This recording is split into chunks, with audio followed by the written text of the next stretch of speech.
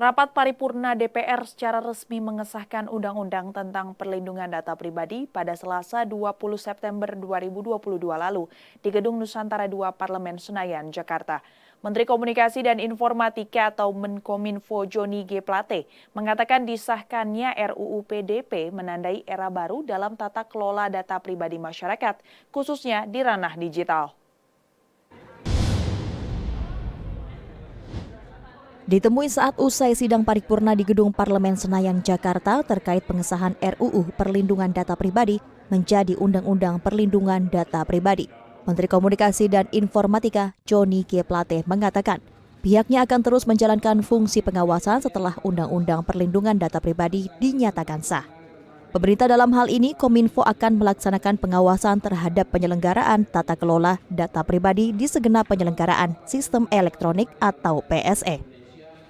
Selain itu, Menkominfo Johnny G. Plate juga berbicara mengenai aturan sanksi bagi pelanggar Undang-Undang Perlindungan Data Pribadi.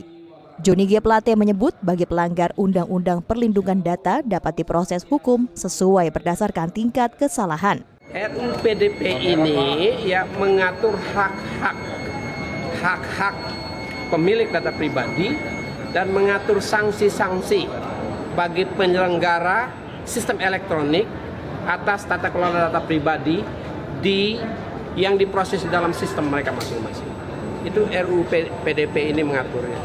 Salah satu yang menjadi kewajiban dari penyelenggara sistem elektronik, baik itu pemerintah atau publik maupun privat, swasta, adalah memastikan di dalam sistemnya data pribadi dilindungi.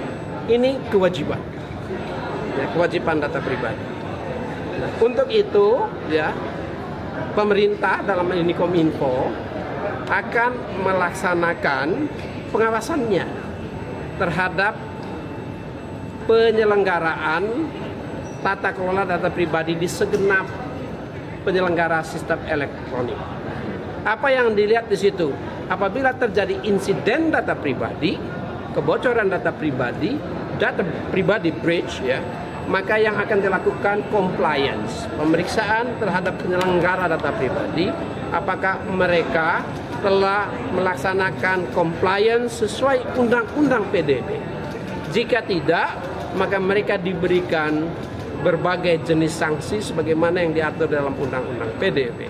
Setelah disahkan rancangan Undang-Undang Perlindungan Data Pribadi menjadi Undang-Undang Perlindungan Data, diharapkan dapat melindungi setiap warga negara dari segala bentuk penyalahgunaan data pribadi. Serta dengan disahkan Undang-Undang Perlindungan Data Pribadi dapat memberikan kepastian hukum agar setiap warga negara tanpa terkecuali mendapatkan perlindungan atas kepemilikan data pribadinya.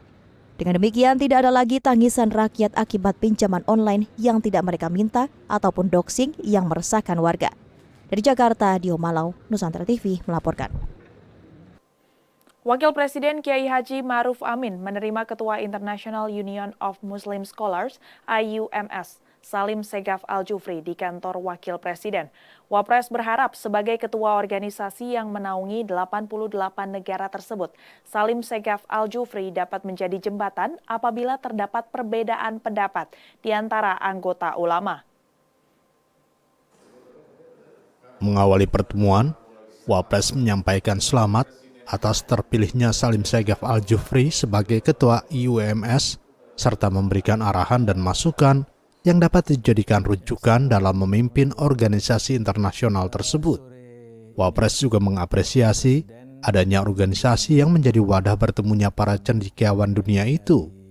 Pasalnya, meskipun berasal dari berbagai negara maupun organisasi yang berbeda, namun dapat bersatu dalam masalah fundamental seperti perdamaian dunia. Menurut Wapres, saat ini sebuah negara tidak bisa berdiri sendiri, melainkan dibutuhkan kerjasama untuk bangkit dan maju menghadapi berbagai tantangan. Yang kedua, arahan Wakil Presiden itu adalah bagaimana agar sebagai pimpinan dari organisasi internasional itu, bagaimana supaya Habib Salim ini sebagai leader bisa menjembatani berbagai perbedaan-perbedaan yang ada di antara berbagai negara Islam. Selama ini kita ketahui bahwa perbedaan itu begitu tajam antara satu kelompok dengan kelompok yang lain.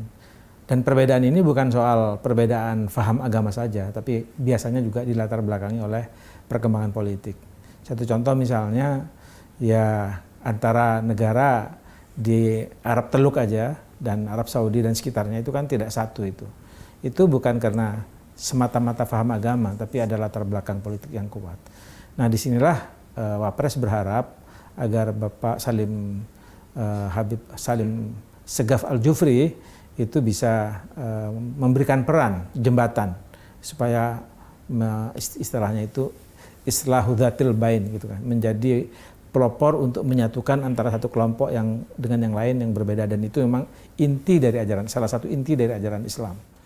Wapres menilai bangsa Indonesia dapat menjadi contoh bagaimana ulama-ulama dari berbagai organisasi yang berbeda dapat berada di bawah satu payung dalam bingkai kerukunan beragama.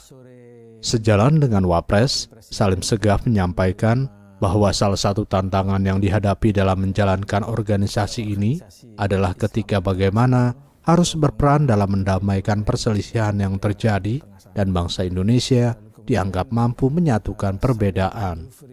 Nusantara TV melaporkan.